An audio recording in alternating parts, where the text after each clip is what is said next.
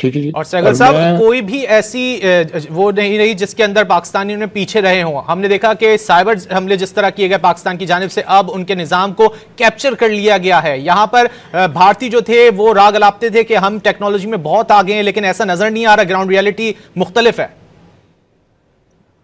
मैं जी बात करता हूं, आपको शायद पता नहीं होगा कि मैं बड़े साल लेक्चर करता रहा हूँ नेशनल डिफेंस यूनिवर्सिटी में, एयर वॉर कॉलेज में, नेवल वॉर कॉलेज में।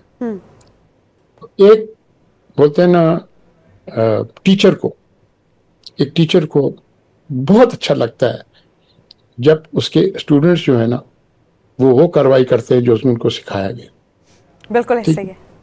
मैं बताता हूँ कि मुझे इतनी फख्र होती है, इतने अच्छे बच्चे थे ये जो आज माशाल्लाह हाई पोजीशन में है। और मैं दाद देता हूँ पब्लिकली आसिम मुनीर को। मैं इनको खुद नहीं जानता पर्सनली, मैं बाकियों को जानता था, इनको नहीं जानता, लेकिन दाद देता हूँ कि पिछले साल 2 साल में इन्हें ऐसी अच्छी पोस्टिंग प्रमोशन करके, और बाकी भी एयरफोर्स में, नेवी में, बिल्कुल माशाल्लाह इतनी ज़बरदस्त राइट टाइम राइट प्लेस पर आपके राइट ऑफिसर्स मौजूद हैं, रॉट कॉम्बैट ट्रेंड, आपकी पूरी फौज कॉम्बैट ट्रेंड है, बैटल हार्डन्ड है, ठीक है, मोटिवेटेड है, और इससे प्रोफेशनली केपेबल है। और उसके बाद आपके पास इकराम साहब, यहाँ पे आपको रोकना चाहूंगी, आलमी सतह पर भी इस चीज को बहुत सराहा जा रहा है कि जिस तरह जनरल आसिम मुनीर खुद मोर्चों पर गए, खुद अपने बटालियन का उन्होंने दौरा किया, खुद खिताब किया और बताया कि हम आपके साथ हैं। इस चीज को इंटरनेशनल लेवल पर बहुत ज्यादा सराहा जा रहा है, जरीदों में इस पर आर्टिकल्स छप रहे हैं। देखिए, मैं थोड़ा बहुत इनको जानता नहीं हूँ, लेकिन रहील शरीफ जो थे वो मेरे छोटे भाई की तरह, क्योंकि शबीर शरीफ मेरे बड़े, शबीर शरीफ शहीद, निशान आज़म मेरे अच्छे दोस्त थे। तो रहील इनकी बड़ी बातें कर, रहील भी फ्रंट फोर्स का, ये भी फ्रंट फोर्स के। रहील जब उनसे बातें होती थी, रहील ने बोला कि आप इनको भी अंडर एस्टिमेट मत करो, ठीक है ना, ये भी फ्रंट फोर्स का, ये केपेबल है और ये अपने टाइम पे केबल करेगा। तो मैं समझता हूँ कि right man at the right job at the right place at the right time, ठीक है। बिल्कुल आपको ये बात मानना पड़ेगा कि आप सबसे बड़ी बात, मैं सबसे बड़ी बात करता हूँ, पेशेंस, सब्र। और में टाइमिंग जो है बहुत एसेंशियल होता है। आप अपनी कुव्वत राइट टाइम पर नहीं इस्तेमाल करें, आपकी पूरी कुव्वत जाएगी।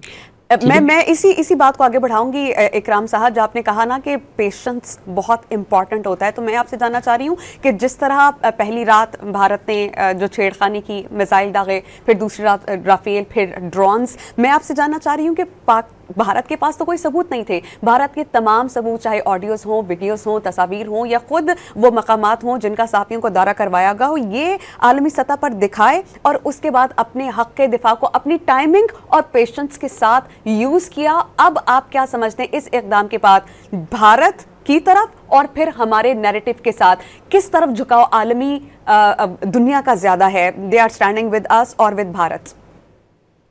देखिए, एट द मोमेंट दुनिया की सबसे बड़ी प्रॉब्लम है कि हम न्यूक्लियर थ्रेशोल्ड क्रॉस करने वाले हैं और न्यूक्लियर होलोकॉस्ट आई प्रे ऐसा ना हो। हाँ बिल्कुल जी। देखिए, सबसे बड़ी उनकी at this moment determination, after secretary Rubio ने किसको रिंग किया? आर्मी चीफ को रिंग किया। Let's face it, he is the person calling the shots. So the point is कि उनकी सबसे बड़ी अभी वो है कि इस न्यूक्लियर थ्रेशोल्ड को क्रॉस नहीं किया जाए, ठीक है ना। न्यूक्लियर थ्रेशोल्ड नहीं क्रॉस करके देन आगे जो होता है वो फिर एक पैरिटी आती, स्ट्रेटेजिक पैरिटी, ठीक है जी। अब इस इलाके में हम देखने economy, because of our economic and political problems, हम एक बोलते ना एक कॉर्नर स्टोन में आगे, कॉर्नर में पहुंच गए थे, ठीक है ना। अभी हमें स्ट्रेटेजिक पैरिटी जब आ जाती है तो हमें बड़ा मैच्योरली अपनी स्ट्रेटेजिक पैरिटी को कायम रखना पड़ेगा। और उस कायम में अगेन मैं बताता हूँ, फौजी कुव्वत अपनी जगह, ठीक है, मगर सबसे बड़ी आती है maturity in your strategic thinking. वो आपको सोचना पड़ेगा। और आपको भारत को इसके बाद कुछ भी हो जाए, क्योंकि भारत की कंप्लीट कोलैप्स हो गई। भारत ये क्यों कर रहा है? भारत तो कर रहा है बांग्लादेश की वजह से।